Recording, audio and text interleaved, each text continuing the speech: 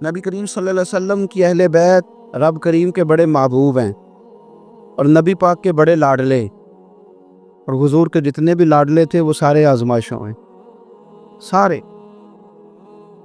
لاڈلا وہ پیر صاحب کا بیٹا ہوتا ہے جو کرتا کراتا کچھ نہیں، وہ مادرزاد ولی ہے جی، لاڈلا ہے۔ مطلب کیا کہتے ہیں یہ کچھ بھی نہیں کرتا، 4-5 بندے ہوتے ہیں جو اس کے جوتے اٹھاتے ہیں، ٹیشو پکڑتے ہیں، آگے پیچھے دوڑتے ہیں، یہ لاڈلا ہے۔ لاڈلا تو وہ ہے جس کو درد ہو، جس کو آزمائش ہوئے، جس کو تکلیف ہو، جو نکلا ہوا ہو، جو کچھ کر رہا۔ نبی پاک علیہ السلام کے اہل بیت لاڈلے۔ سیدہ عائشہ صدیقہ فرمایا کرتی تھی حضور کی ازواج میں سے حضور کو سب سے زیادہ پیار سیدہ خدیجہ الکبریٰ کے ساتھ تھا۔ سیدہ خدیجہ الکبریٰ رضی اللہ تعالیٰ عنہا مومنوں کی مائیں ہیں۔ حضور علیہ السلام سے نکاح ہونے سے پہلے وہ مکے کی ملکہ شمار ہوتی تھی۔ سونا ہے، چاندی ہے، تجارت ہے، کاروبار ہے، گھر ہے، ہر چیز کی۔ آپ فرماتی ہیں 20 کنیزیں میرے پاس ہوتی تھی، میں نے کبھی پانی کا پیالہ بھی اٹھ کے نہیں پیا تھا، اور پھر میں لاڈلی ہو گئی نبی پاک، پھر لاڈلی ہو گئی، پھر حضور کی نظر کرم مجھ پر پڑی، پھر محبوب کریم علیہ السلام نے مجھے قبول فرمایا، اور پھر رنگ کیا بنا۔ ظہر کے وقت ابن اسحاق کہتے ہیں ظہر کے وقت نبی کریم کی بارگاہ میں ساری دولت، ساری کنیزیں، سارے غلام حضرت خدیجہ نے دیے ظہر کے وقت۔ عصر سے پہلے میرے نبی نے سارا کچھ تقسیم فرما دیا۔ یہ بطور مثال بیان کرتے ہیں، فرماتے ہیں یوں سمجھو کہ ظہر کے وقت دیے اور عصر سے پہلے حضور نے بانٹ دیے۔ وہ بی بی جس نے کبھی بھی پانی کا پیالہ نہیں پیا تھا، پھر وہ گھر میں جھاڑو دیتی ہے، پھر وہ چولہے میں آگ جلاتے، اور پھر وہ خاتون، دیکھیں نا، بندہ غریب سے امیر ہو جائے تو گزارا ہو جاتا ہے، اور امیر سے غریب ہونا پڑ جائے بڑی مشکل ہوتی۔ حضرت خدیجہ الکبریٰ نا باورچی خانے سے کھانا پکا کے نکلی، چولہا جلایا، اور جب نکلی تو 17 پیوند تھے پورے وجود پر کپڑوں کے۔ تینوں لب دیاں آپ گواچے، سانو اپنی خبر نہ کوئی، ساتھوں پارے نی ککھ گلیاں گئے، ہن تے سانو آکھ دے لوگ شدائی، ننگ نموس دا ساڑ کے چولا، گل پہنے تاج گدائی، او سجنا اپنا آپ گوایا ہے تاں یار نے چاتی پائی۔ نبی کریم صلی اللہ تعالی علیہ وسلم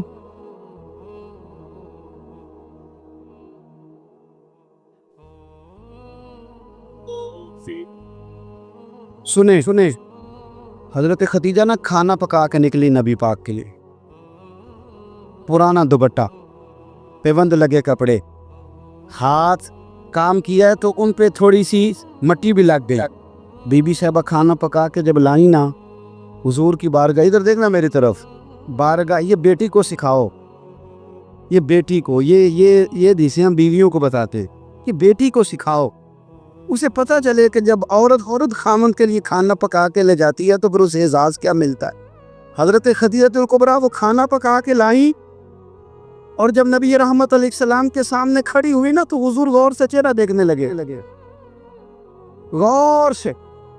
حضرت خدیجہ عرض کرنے لگی حضور کیا دیکھ رہے ہیں؟ فرمایا خدیجہ دیکھ یہ رہا ہوں کہ آپ کے آنے سے پہلے جبریل امین آ گیا، اور وہ کہہ رہے تھے کہ یا رسول اللہ خدیجہ کھانا پکا رہی ہے، جب لے کے آ جائے تو اسے اس کے رب کا سلام کہہ دیجیے گا، اسے اس کے رب کا سلام دے دیں۔ کیوں؟ اس لیے کہ جب آپ قربانی دیتے ہیں، جب آپ احسار کرتے ہیں، جب آپ کچھ کر کے دیتے، میرے معاشرے میں، میرے زمانے میں میری طرح کے سینکڑوں لوگ ہیں جن کی موجیں لگی ہوئی ہیں، کیا کرایا کچھ نہیں، کچھ بھی نہیں۔ ہم نے نا دین سے کچھ لیا ہے، دیا نہیں، اور ہمارا آج بھی لینے کا شوق ہے، دینے کا نہیں۔ میں اگر روز میں کہتا ہوں روز کہ اسلام اور وہ لوگ فلانا بندہ خدمت نہیں کرتا، فلانا عزت نہیں کرتا، فلانا قدر نہیں کرتا، کوئی اگر مجھ سے پوچھ لے کہ صاحب آپ نے کیا دیا ہے، ہم روز دعائیں مانگ رہے ہیں، التجائے کر رہے ہیں، تعویذ لے رہے ہیں، مانگ رہے ہیں، اگر کبھی ہم اپنے دل کی عدالت لگائیں اور پوچھیں ہم نے مذہب کو کیا دیا، وہ 5000 روپیہ جو ہم مسجد میں دیتے ہیں نا، وہ بھی 25 جگہ پہ لوگوں کو خبر ہوتی ہے کہ دے دیا ہے،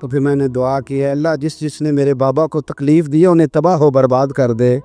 سیدہ فرمایا کرتی تھی جن کے لیے میں نے اس دن دعا کی تھی سارے بدر میں مارے بدر میں مارے، ان کی تکلیف دیکھو۔ کون اتنا غریب ہے اس مجمع میں جس کی بیٹی اتنا کام کرے کہ ہاتھوں پہ چھالے پڑ جائیں؟ ہیں ویسے سب کی بچیاں دکھی، جس کو آپ ٹٹولیں گے وہی کہے گا دماد بڑا ظالم ہے، میری بیٹی تو لاڈوں میں پلی ہوئی تھی۔ ہے کوئی اتنا غریب جس کی بیٹی اتنا کام کرے کہ ہاتھوں پہ چھالے پڑ جائیں؟ پر سیدہ فاطمہ نے اپنے گھر میں مٹی گوند کے لیپا پوتی بھی کی۔ سیدہ فاطمہ نے چکی پیسی، چکی میرے ملک میں جس کو سزا ملتی ہے اسے چکی پیسنے پہ لگاتے ہیں۔ بی بی صاحبہ نے چکی پیسی، کیا دیتے ہو سن لیتے ہو؟ کبھی پتہ ہے آپ کو کہ خاتون خامہ واشنگ مشین پر کپڑے دھوتی ہے تو رات کو کہتے ہیں 2 گولیاں لا دو پیناڈول، بڑی تھک گئی۔ او بھائی چکی پیس کے کھانا پکایا اور ایک وقت کھایا کہ ایک وقت بھوک کاٹی، اذیت اور تکلیف میں وقت گزارا۔ حضرت مولا علی کا جب نکاح ہوا تو اپنا مکان کوئی نہیں تھا، مسجد میں سوتے تھے۔ حضرت عارصہ بن نعمان کا مکان محبوب نے لے کر دیا، اس میں وقت گزارا۔ تکلیفیں ہیں، آزمائشیں ہیں، لیکن جب دین کو کچھ دینے کی باری آتی، حضرت سیدنا سلمان فارسی فرماتے ہیں نبی کریم علیہ السلام کے پاس مہمان آیا تو حضور علیہ السلام نے فرمایا میرے گھر میں ظاہری طور پر کچھ نہیں، جاؤ کہیں سے پتہ کرو۔ جناب سلمان فارسی فرماتے ہیں میں حضرت علی کے دروازے سے گزرا تو مولا علی پوچھنے لگے خیریت ہے؟ میں نے کہا مہمان آیا ہے۔ توجہ ہے میری بات پر؟ سمجھ آ رہی ہے آپ حضرات کو؟ مہمان آیا ہے، اس کے پاس کھانے کو کچھ نہیں، تو کہتے ہیں میں مولا علی سے باتیں کر رہا تھا تو سیدہ فاطمہ اندر سن رہی تھی، کہنے لگی علی انہیں روک لو، انہیں روکو۔ تو مولا علی پلٹ کے کہنے لگے فاطمہ 4 دن سے تو بچوں نے کچھ نہیں کھایا۔ فرمایا ان کی خیر ہے، مہمان کے لیے میرے پاس ہے۔ وَيُكْسِرُونَ عَلَىٰ أَنفُسِهِمْ وَلَوْ كَانَ بِهِمْ خَصَاصَةٌ، ان کے لیے میرے پاس ہے۔ کہا کیا؟ فرمایا گھر میں ایک بستر پڑا ہے، میں کون سا کبھی کبھار تو استعمال کرتی ہوں، جاؤ کسی کے پاس گروی رکھ دو یا بیچ دو۔ او یارو کب ایسا ہوتا ہے، لیکن قربانی ہوتی ہے۔ حضرت سلمان فارسی کہتے ہیں میں شمون یہودی کے پاس لے کے گیا، توجہ ہے نا میری بات پر؟ میں نے کہا یہ گروی رکھ لو یا خرید لو اور ہمیں ایک مہمان کے لیے 3 وقت کا کھانا دے دو۔ تو کہتے ہیں وہ خوشبو سونگھ کے کہنے لگا کہاں سے آیا ہے؟ میں نے کہا مولا علی کے گھر سے۔ کہتے ہیں وہ دوڑ کے اندر گیا، پھر آیا، پھر گیا، پھر آیا، تیسری دفعہ واپس آیا تو اس کے ہاتھ میں کچھ صفحے تھے۔ میں نے کہا یہ کیا ہے؟ کہنے لگا میں نے تورات میں پڑھا تھا کہ محمد صلی اللہ علیہ وسلم اور اصحاب محمد آخری محبوب کا طریقہ یہ ہوگا، ان کے غلاموں کا طریقہ یہ ہوگا کہ وہ اپنی جان پر بوجھ برداشت کر کے بھی غیروں کی مدد کریں گے۔ میں نے ساری نشانیاں دیکھ لی تھی، آج یہ نشانی نہیں پوری ہو گئی، سودا بھی لے جا، کمبل بھی لے جا اور مجھے بھی لے جا تاکہ جا کے میں مصطفیٰ کا کلمہ پڑھ لوں، حضور کا غلام ہو جاؤں۔ بھائی قربانی، اظہار، کچھ دینا، دین کے لیے کچھ کرنا، اپنی خدمات کو پیش کرنا اور مخلص ہو کر، خالص ہو کر۔ یہ بہت زیادہ پوسٹر چھپتے ہیں نا جب ہمارے، اب ہم تو منع میری نہ کر سکتے، 20 30 آدمی بھیا کے وقت ویڈیو بناتے۔ کسی وقت نہ شیطان حملہ بھی کرتا ہے، وہ کہتا ہے دیکھا کتنی بلے بلے، اس شہر میں بھی اتنے لوگ تھے، فلانی جگہ بھی۔ یہ بڑی مصیبت ہے، آپ کو اپنے آپ کو روک کے رکھنا، کہیں کھڑا کرنا، یہ ایک بہت بڑی آزمائش ہوتی۔ اس لیے ملا رومی نے پورا کلام لکھا ہے، وہ کہتے ہیں زوال والے پر تو آزمائش ہی کوئی نہیں ہوتی، آزمائش تو ہوتی عروج والے پر، زوال والے کو کیا۔ لیکن کبھی کبھی اکیلے بیٹھ کے سوچتے ہیں کہ اتنا کچھ لے لیا ہے تو مذہب کو دیا کیا، ہم نے دیا کیا۔ آپ یقین کریں مذہب پر جو نظریاتی حملے ہیں، نظریاتی آپ کی سوچ سے زیادہ ہیں، جو فکری حملے ہیں، فکری، ہر چوتھا آدمی اٹھ کے سوال جواب کر رہا ہے، چوتھا آدمی۔ میں دیانتداری سے کہتا ہوں، ذمہ داری سے، جتنے عوام کو میں جانتا ہوں وہ دل پہ ہاتھ رکھ کے آج بھی ان کو انشراح صدر ہی نہیں تھے۔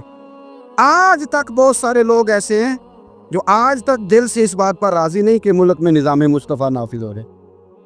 میں حکمرانوں کی بات نہیں کر رہا، میں اپنی اور آپ کی کر رہا ہوں۔ کتنے فیصد لوگ ہیں جو یہ چاہتے ہیں؟ سوال ہی نہیں پیدا ہوتا، ہمارا مزاج ہی نہیں ہے، انشراح صدر ہی نہیں لوگوں کو نصیب۔ کتنے لوگ ہیں جو کہتے کام چل رہے بس چلنے دو۔ دین کے لیے خدمات کرنا، اپنا پیش کرنا، دو لفظ بول کے تائید کرنا، کسی مسجد سے پیار کرنا، کسی مدر، یہ ہمارے یہاں زلزلہ آیا ہے کشمیر میں، ایک مدرسہ بھی ٹوٹ گیا ہے، 25-26 بچے زخمی ہو گئے۔ جتنی تنظیمیں انسانی حقوق کی گئی ہیں وہ آپ کو سب زخمیوں کے سرانے کھڑی نظر آئیں گی، طالب علموں کے سرانے نہیں۔ جتنا استحصال مدرسے کے بچوں کا کیا جاتا ہے، جتنا چھوٹا اور ہلکا انہیں جانا جاتا ہے، اسی مسجد میں جس میں یہ اعلان ہو رہا ہوتا ہے نا کہ مسجد کے بچوں کے، مدرسے کے بچوں کے پیروں تلے فرشتے پر بچھاتے ہیں، اسی مسجد کی کمیٹی نے مدرسے کے بچے کے سر پر کھال بھی رکھی ہوئی ہوتی ہو، بھئی اس کے پیروں کے نیچے فرشتے نے پر بچھائے، تو نے اس کی گردن پہ کھال رکھ دیے۔ غور تو کرنا، اس کا احساس کتنا تھا، تو نے کہاں کھڑا کر دیا؟ میرے بھائی، دین کا وہ وقار، دین کا وہ احساس، دین کی وہ شان۔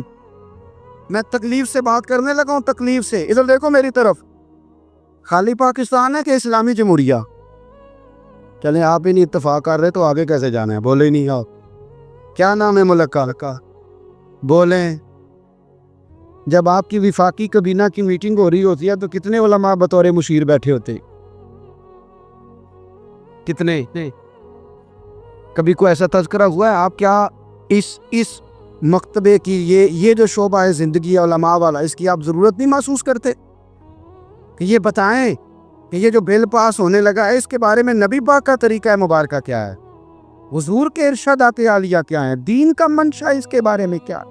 ہمارا مزاج نہیں، ہمارا ذوق نہیں۔ میرے عزیز، دین کے لیے کچھ کرنا، اپنے مذہب کو سپورٹ کرنا، اس کی فکری سرحدوں کی حفاظت کرنا۔ میں بکھری سوچے دیکھتا ہوں نوجوانوں کی، اور بہت سارے بچے آ کے کہتے ہیں حضرت جی دلوں میں ایسے خیالات آتے ہیں، اگر زبان پہ لائیں تو شاید لوگ ہمیں قتل کر دیں۔ وجہ کیا ہے؟ وجہ یہ ہے کہ ایک منظم سازش کی گئی، ایسی باتیں چھوڑی گئی جنہوں نے ذہنوں میں انتشار پیدا کیا، جنہوں نے لوگوں کو تباہ کیا۔ میرے رسول پاک سید عالم صلی اللہ علیہ وسلم کے خاندان نے کمال قربانی دی، ایک شخص نے آگے بڑھ کے۔ کیوں بھلا؟ اس لیے کہ انہیں سمجھ آ گئی تھی مصطفیٰ کا نظریہ بڑا ہی سچا ہے۔ جب تک یقین کامل نہیں ہوتا تب تک قربانی نہیں دی جا سکتی۔ اور پھر ان لوگوں نے نا دین کو اپنے اوپر طاری کیا۔ میرے ملک میں دین منایا جاتا ہے بڑے شوق سے، منانا بھی چاہیے، 12 ربیع الاول کو منانا چاہیے، بلکہ میں تو کہتا ہوں اب یہ مسئلہ نہ پوچھا کرو کہ میلاد کرنا چاہیے کہ نہیں کرنا چاہیے، اب یہ پوچھا کرو کہ جھنڈیاں وضو کر کے لگانی چاہیے کہ بغیر وضو کے بھی لگ جاتی، تو یہ پوچھا کرو بھائی۔ اب آگے بھی بڑھو کہ ساری زندگی یہی رہنا ہے؟ 7 پشتیں ہو گئیں، 10 پشتیں میلاد منا رہے ہیں ہم لوگ، ابھی تک پوچھ رہے ہیں لوگ ہر ربیع الاول میں، تو بھائی کھل کے مناؤ۔ لیکن یارو، ایک شخص نا انڈیا کا 10 سال وزیر اعظم رہا، پگڑی والا تھا، سکھ سے 10 سال۔ سڈنی میں ایک سربراہ کانفرنس منعقد ہوئی تو سکھ سے کسی نے پوچھا کہ یہاں سارے پینٹ کوٹ والے ہیں، تو داڑھی پگڑی میں عجیب نہیں لگتا؟ اور اب عام آدمی نہیں تھا، PhD تھا، پڑھا لکھا نہیں۔ سنو، کہنے لگا منسٹریاں تو آتی جاتی رہتی ہیں پر گرو کا دھرم کون چھوڑے؟ تو شادی پہ ٹوپی چھوڑ جاتا ہے، تو پگڑی پہ سنت، تو برات والے دن ہی سنت بھول جاتا ہے، تجھے یاد ہی نہیں رہتا؟ یعنی کول ہو گئے تو مولوی منگاؤ، 10 آئے تو نعت خواں بلا لو، چیلم آیا تو قاری صاحب۔ کیوں جی؟ دکھ کا موقع ہے، اور جب خوشی کا موقع ہو، سکھوں کا رشتہ اللہ رسول سے نہیں، تازہ کا حج کر کے حاجی صاحب آئے تازہ، ان کے بچے کی شادی ہے تو ان سے پوچھا حاجی صاحب وہ مہندی والے دن بچوں نے بڑی تباہی کرتے، میں تے ڈیرے تھے، میں نہیں پتا منڈے کی کر دے سن، حج بھی کیتی جاندے ہو تے لہو بھی پیتی جاندے ہو، کھو کے مال یتیماں دا تے بھیج مسیتی جاندے ہو، پھٹ دلاں دے سیندے نہیں تے ٹوپیاں سیتی جاندے ہو، نفس تے چھری پھیر دے نہیں تے دمبے کیتی جاندے ہو، فرض بھلائی بیٹھے ہو، نفلا نیتی جاندے ہو، او دسو تے صحیح بلے شانو ہے کی کیتی جاندے ہو، او دسو تے صحیح بلے شانو ایک ہی کیتی جاندے ہو۔ او صاحب، دین کا یہ معیار ہے؟ کھول کے مناؤ تو اپنانا کس نے؟ وہ کسی اور سے جا کے کہیں داڑھی رکھ لے۔ میرے پاس ایک صاحب جمعہ پڑھنے آتے تھے تو چھوڑ گئے، کچھ دنوں کے بعد ایک جگہ مجھے مل گئے، کہنے لگے میں جمعہ پڑھنے نہیں آ رہا، آپ نے پوچھا ہی نہیں۔ میں نے کہا جب آپ نے شروع کیا تھا تب بھی میں نے نہیں پوچھا تھا کہ کیوں شروع کیا، میں نے تو نہیں پوچھا تھا، مرنے سے شروع کیا تھا آپ نے، چھوڑ گئے تو تب بھی مجھے نہیں پوچھنا چاہیے تھا. ٹھیک ہے آپ کی موت ہے, چلو اگر آپ کا ارادہ ہے کہ میں پوچھوں تو بتائیں کیوں چھوڑ گئے. کہنے لگے آپ ہر جمعہ داڑھی کی بات شروع کر دیتے, مطلب کوئی بندہ مس بھی کر دیتا ہے. میں کہ تو نہیں مڑیا, میں نے موڑ چڑھیا, یعنی داڑھی نہیں رکھی, جمعہ چھوڑ دیا ہے. کہتا ہر جمعہ داڑھی کی بات. میں نے پھر اس سے کہا, میں نے کہا داڑھی کس کے نبی کی سنت بول کے بتائیں. تو کس کو کہہ رکھنے کا, کسی پڑوسی کو, کسی اور مذہب والے کو, اور کچھ کو کسی نے کان میں بتایا کہ چھوٹی سے بھی کام چل جاتا ہے, داڑھی کا وزن ہوتا ہے. بولیں کبھی کسی نے آپ کو کہا کہ داڑھی میری بہت بڑی ہے تو میرے کندھے تھک گئے, تو رکھی ہے تو چھوٹی بھی رکھنی ہے, تو بڑی تو میرے محبوب کا طریقہ ہے.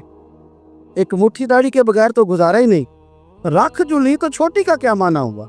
ویسے بھی جو حسن اور نورانیت مٹھی داڑھی میں پایا جاتا ہے. آپ کبھی تجربہ کر کے دیکھ لیں, آپ سفید داڑھی کو ایک طرف کھڑا کریں اور سیٹ کو, نواب کو جو بیوٹی پارلر سے کلین شیپ کرا اسے دوسری طرف کھڑا کریں, سلوٹ کرنے کو اسی کو دل چاہے گا جس کی داڑھی سفید ہو. ہاں, اور سنو بخاری مسلم کی حدیث, میرے رسول کریم سید عالم نور مجسم شفیع معظم صلی اللہ علیہ وسلم نے فرمایا, حضور فرمانے لگے, نبی کریم فرمانے لگے, لوگوں جس نے 3 لوگوں کی عزت کی. یا رسول اللہ کس کی؟ فرمایا عدل کرنے والے بادشاہ کی, قرآن کے عالم کی, اور سفید داڑھی والے مسلمان کی. اور میں جس نے ان تینوں کی عزت کی سمجھے میں نے اپنے رب کا حیا کیا ہے. اتنی بڑی بات کر دی نبی کریم نے, اتنی بڑی بات, تھوڑی محبت. اہل بیت نے نا دین کے لیے قربانیاں دی اور پھر دین کو اپنایا.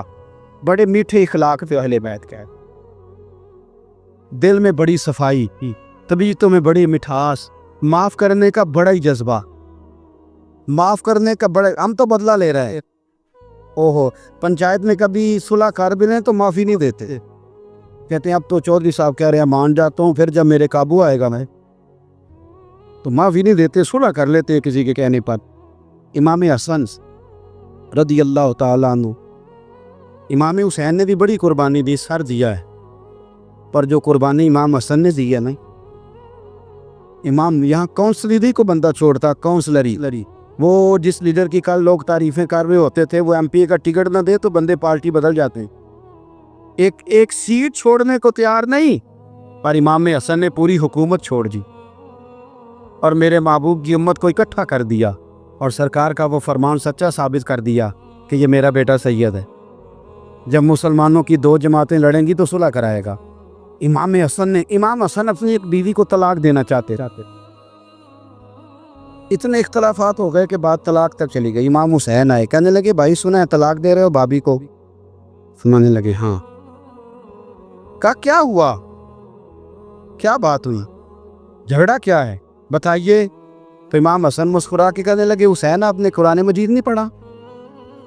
کہا پڑھا ہے, کہ اللہ فرماتے ہن لباس لکم وانتم لباس لہن, مرد عورتوں کا لباس ہیں, عورتیں مردوں کا لباس ہیں. وہ میری بیوی ہے, اس میں غلطیاں ہیں, طلاق دینے لگا ہوں, پر میں تو اس کا لباس ہوں نا, غلطی ہوگی تو پردہ ڈالوں گا. تو حسین میں اس کے پردے ڈالوں گا, میں تمہیں نہیں بتاؤں گا. امام حسین نے اٹھ کے امام حسن کا ہاتھ چوما, کہنے لگے بھائی جان آیت پہلے بھی پڑھی تھی, تفسیر آج سمجھ میں آئی ہے. اختلاف اتنا شدید ہے کہ طلاق ہو رہی ہے, پر غیبت کرنے کو تیار. لیکن ہمارا کیا حال ہے, شک کی بنیاد پر ہی. وہ مولوی کتنے بڑے پیسے کھا گیا مدرسے کے, تو میں نے کہا تم نے جتنے دیے تھے میرے ساتھ چلو, میں تمہیں حساب لے دیتا ہوں. باقی اگر کہیں اور سے آئے تھے, کوئی اور کھا گیا تو تمہیں ہاتھ ملنے کی کیا ضرورت. ایسی بدگمانیاں, بری باتیں, اس سے انسان کا اپنا من میلا ہوتا ہے, زبان گدلی ہوتی, کسی کا کیا جائے. کچھ دنوں کے بعد امام حسن نے طلاق دے دی. تو امام حسین دوبارہ آئے, کہا بھائی اب آپ نے طلاق دے دی, ابھی بتا دے اختلاف کیا تھا. تو امام حسن پھر مسکرائے اور ماننے لگے حسین وہ غیر محرم ہو گئی ہے, میں کسی غیر کی باتیں تیرے ساتھ کیوں کروں, غیر محرم بی بی کی. امام حسین نے اٹھ کے سینے سے لگا لیا, فرمانے لگے مجھے ناز ہے, اللہ نے آپ جیسا بھائی عطا فرمایا. یہاں کیا سٹیٹس ہے پتہ ہے ہماری میٹنگ کیا ہوتی ہے؟ گپ شپ نا, چگلی کا نام بدل کے ہم نے گپ شپ رکھا ہے. 15-20 لوگوں کی پگڑیوں, وہ کچھ نہیں کر رہا, یہ کچھ نہیں کر رہا. تو میں نے کہا چل یار بحث کرنے کی کیا ضرورت ہے, تو ہی کچھ کر لے. امام غزالی سے کسی نے کہا کوئی بندہ مخلص نہیں ملتا, پر میں چل تو ہی مخلص ہو جا, تیری شکل میں تو 2-4 دوستوں کو مخلص دوست مل جائے، تو ہی خلاص والا ہو جاؤ۔ میرے عزیز، اہل بیت نبوت کے مزاج میں مٹھاس، خوبصورتی، درگزر۔ شمر کے پیچھے جب فوجیں لگی نا مختار کی، تو امام زین العابدین مدینے کے مضافات میں رہتے تھے، خیمہ لگا لیا تھا، اللہ اللہ کرتے۔ مختار کی فوجیں شمر کے پیچھے لگیں، گرمی کا موسم، گھوڑے پیچھے، چھپتا چھپاتا دوڑتا، گرمی میں تھوڑا بہت دوڑنا پڑے تو زبان باہر آ جاتی، اور انسان کے وجود کی عجیب کیفیت ہوتی تھی۔ شمر ادھر آ گیا جہاں امام زین العابدین کا خیمہ تھا۔ اس نے دیکھا کہ ایک گھر ہے، چھپنے کی جگہ، دوڑ کے اندر داخل ہوا۔ امام مصلی پہ بیٹھے، یوں نظر اٹھائی، کیا شان ہے رسول کریم کے گھرانے، کیا انداز ہے گھرانے کا، یوں نظر اٹھائی، فرمایا پردیسی پانی پینا ہے؟ بند کرنے والا تھا پانی پینا ہے؟ کہنے لگا پینا ہے۔ شمر کہتے میں سمجھا کہ پہچانا نہیں امام زین العابدین، پہچانا نہیں، وقت بدل گیا، حالت بدل گئی، وہ تاج و تخت والے آج رسوا ہیں۔ امام زین العابدین خود اٹھے، سننا اور یاد رکھنا، اٹھے، پیالے سے پانی، اپنے بٹکے سے پانی پیالے میں ڈالا، پھر ایک پیالہ دیا، پھر دوسرا دیا، اور پیو گے؟ تیسرا دیا۔ شمر کہتے جب میں سیر ہو کے پانی پی لیا نا تو مجھے تو گمان تھا نا پہچانے نہیں، تو میں اجازت لے کے باہر نکلا تو میں نا پانی تو پی لیا پر پانی ہو گیا۔ ہم تو دشمن کو بھی پاکیزہ سزا دیتے ہیں، ہاتھ اٹھاتے نہیں، اسے اس کی نظروں سے گرا دیتے ہیں۔ کہتے ہیں کہ پانی ہو گیا یار، میں نے پانی بند کیا، پیاسے رکھا 3 دن اور مجھے پلا رہے ہیں۔ شرم آئی اور میں نے کہا مر تو اب جانا ہی ہے، تو زین العابدین سے ایک سچی بات نہ کر لے۔ میں اندر گیا تو امام پھر گردن جھکائے بیٹھے تھے، تو میں نے کہا زین العابدین شاید آپ نے پہچانا نہیں۔ تو امام صاحب نے نظریں اٹھائی تو آنکھوں میں آنسو تھے۔ فرمایا کیوں نہیں پہچانا؟ جب تو اندر داخل ہوا ہے تو مجھے 6 مہینے کا علی اصغر اسی وقت یاد آ گیا تھا۔ جب تو اندر آیا ہے تو میرے چچا کے کٹے ہوئے بازوؤں میں جو درد تھا اور میری پھپھی کی آنکھوں میں جو آنسو تھے مجھے سارے یاد آئے تھے، اور وہ کہاں کربلا اور کہاں دمشق، تم نے نیزے پہ لٹکا کے میرے باپ کا جو سار گلیوں میں گھمایا مجھے سارا یاد آیا تھا۔ شمر کہتا میں نے گھبرا کے کہا پھر پانی کیوں پلایا؟ کر پہچان کہتے تو پانی کیوں پلایا؟ کہتا یوں کر کے آنسو پوچھے امام نے۔ فرمانے لگے میری مجبوری ہے، میں ساقی کوثر کا نواسا ہوں، میری مجبوری ہے، مجھے پلانا تھا، میں مجبور ہوں، اس لیے کہ مصطفیٰ کا نواسا ہوں۔ انہوں نے ہمیں سکھایا ہے کہ جو پانی نہ دے اسے پیالے بھر بھر کے پلانا چاہیے۔ کدھر گیا میرا اور آپ کا کردار؟ چھوٹے چھوٹے دل پہ اتنی بات میں جھگڑا۔ ہو سکتا ہے ساقی صاحب سے بھی میں ناراض ہو جاتا اگر اسٹیج پہ بڑی کرسی نہ رکھتے، اتنا سا دل بس۔ ہو سکتا ہے بگڑ جائیں ایک دوسرے سے کہ مجھے بلایا ہی نہیں، نعرے نہیں لگائے، بندہ استقبال کوئی نہیں بھیجا۔ او بھائی یہ تو چھوٹے لوگ اس طرح کی باتیں کرتے ہیں، یہ تو کچی پکی باتیں۔ جو آدمی بڑا ہوتا ہے وہ استقبال سے بڑا نہیں ہوتا، جو بڑا ہوتا ہے وہ بڑی کرسی سے بڑا، جو بڑا ہوتا ہے وہ آگے بیٹھنے سے بڑا نہیں ہوتا، صدر ہی ہوتا ہے، وہ جہاں بھی بیٹھ جائے وہ صدر ہی ہے۔ ان چکروں سے باہر آ، اہل بیت اطہار کا اسوہ نور، خوبصورتی، بات کو سمیٹنا ہے۔